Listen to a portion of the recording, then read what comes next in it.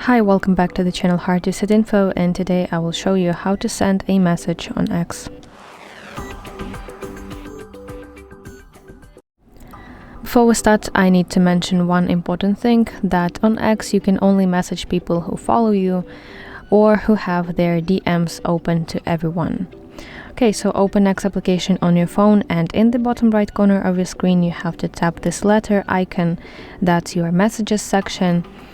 And now tap new message button, or this button that looks like a plus sign, and search for the person that you want to DM by typing their username. So select the person that you want to DM from this list, and this will redirect you to chat with this person. Type your message, and when you're ready to send it, just hit send button, this paper plane icon, and now you see that my message in the status of sent.